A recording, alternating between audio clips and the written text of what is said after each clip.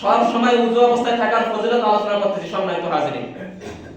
নবী সাল্লাল্লাহু আলাইহি সাল্লাম আবু হুরায়রা রাদিয়াল্লাহু তাআলা আনহু বলতেছেন, আবু হুরায়রা, আমি স্বপ্নের মাধ্যমে দেখলাম যে তুমি জান্নাতে আমার আগে আগে যাচ্ছ। জান্নাতে আমি তোমার পায়ের পদধ্বনি শুনতে পাইলাম। আবু হুরায়রা, তুমি কি এমন আমল করো? আবু হুরায়রা রাদিয়াল্লাহু তাআলা আনহু নবী করিম সাল্লাল্লাহু আলাইহি সাল্লামকে বললেন, আমি সব সময় ওযু অবস্থায় থাকার চেষ্টা করি। সুবহানাল্লাহ বলবেন না?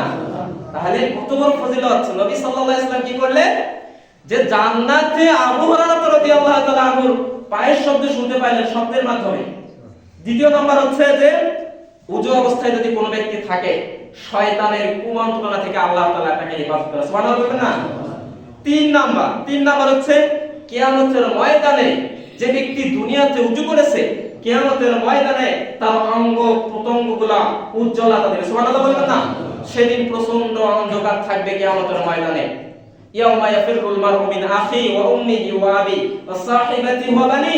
কিয়ামতের ময়দানে এমন একটা ভয়াবহ পরিস্থিতি সৃষ্টি হবে যেদিন পিতা তার সন্তানকে চিনবে না, ভাই তার ভাইকে চিনবে না, মা তার সন্তানকে চিনবে না।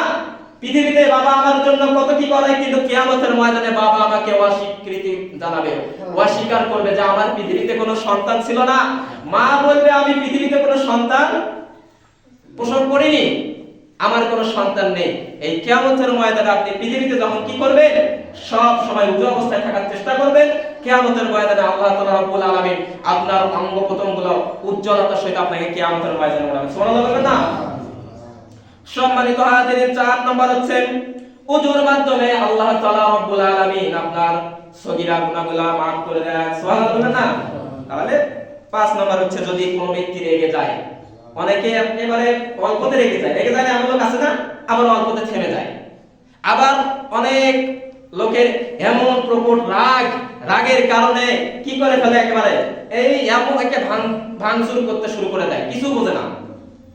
ওই সময় যদি কোনো ব্যক্তি কি করে, ওযু করার কারণে তার রাগ প্রশমিত হয়ে যাবে। সুবহানাল্লাহ বলবেন না?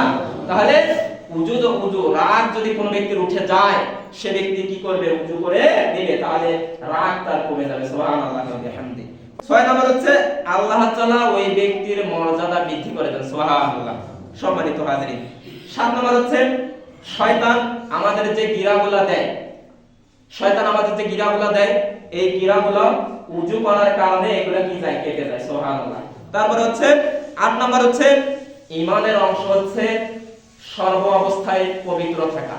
সম্মানিত হাজিরিন, এই হচ্ছে 8টা ফজিলত। তারপর হচ্ছে কোন ব্যক্তি যদি ঘুমানোর পূর্বে ওযু করে নেয়, তার জন্য কি ফজিলত, হাদিস থেকে আমরা জেনে নিই।